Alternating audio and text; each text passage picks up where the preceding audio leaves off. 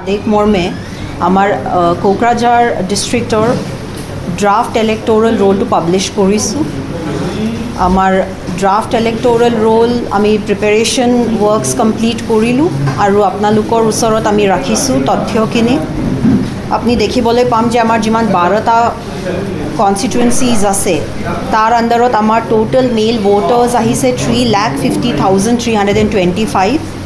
আমাৰ ফিমেল ভোটাৰ্স আহিছে 3,50,280। আমাৰ ট্ৰান্সজেন্ডাৰ ভোটাৰ্স আছে 5 গৰাকী আৰু আমাৰ টোটাল ভোটাৰ্স আহিছে 7,06,110। মই আমাৰ কোকৰাঝাৰ ডিস্ট্ৰিক্টৰ বাসিন্দাসকলক অনুৰোধ জনাম তেখেতসকলে online electoral roll management system OERMS পোর্টালত এখন সিটিজেন্স কর্নার বুলি আছে। সিটিজেন্স কর্নারত আমি এতিয়া আমার মিডিয়া বন্ধুসকলৰ কাৰণে এখন ডেমো দিছিলোঁ। সিটিজেন্স কৰ্নাৰত গৈ তেখেতসকলে চেক কৰিব পাৰে। এপিক নম্বৰ নিজৰ এপিক নম্বৰ যদি তাত এন্ট্ৰি কৰে গোটেই ডিটেইলছটো আহি যাব।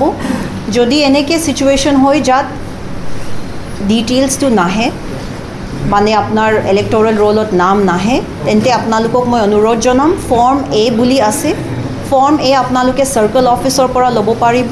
সাৰ্কেল অফিচৰ পৰা ফৰ্মটো লৈ নিজৰ ডিটেইলছখিনি ভৰাই এপিক নম্বৰ ডিটেইলছখিনি ভৰাই আপোনালোকে সাব ডিভিজনেল অফিচত নিজৰ সাব ডিভিজনেল অফিচত সাবমিট কৰিব পাৰে।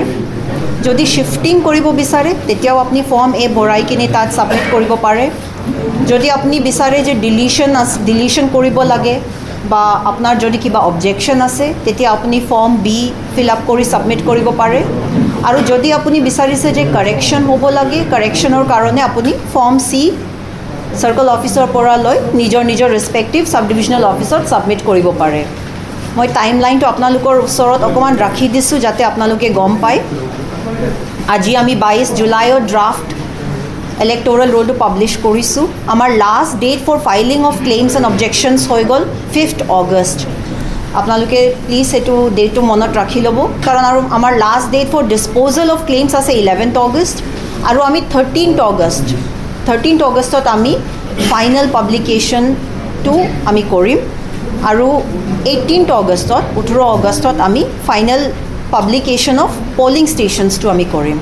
চ' টাইমলাইনটো আমাৰ এনেকৈ হয় আপোনালোকে প্লিজ টাইমলাইনটো ফ'ল' কৰিব আৰু যাতে আমাৰ BTC ইলেকশ্যনছটো বহুত সুন্দৰকৈ হয় ভালকৈ হয় কোকৰাঝাৰ ডিষ্ট্ৰিক্টত তাত আপোনালোকে আমাৰ সহায় সহযোগিতা নিশ্চয় কৰিব। ধন্যবাদ।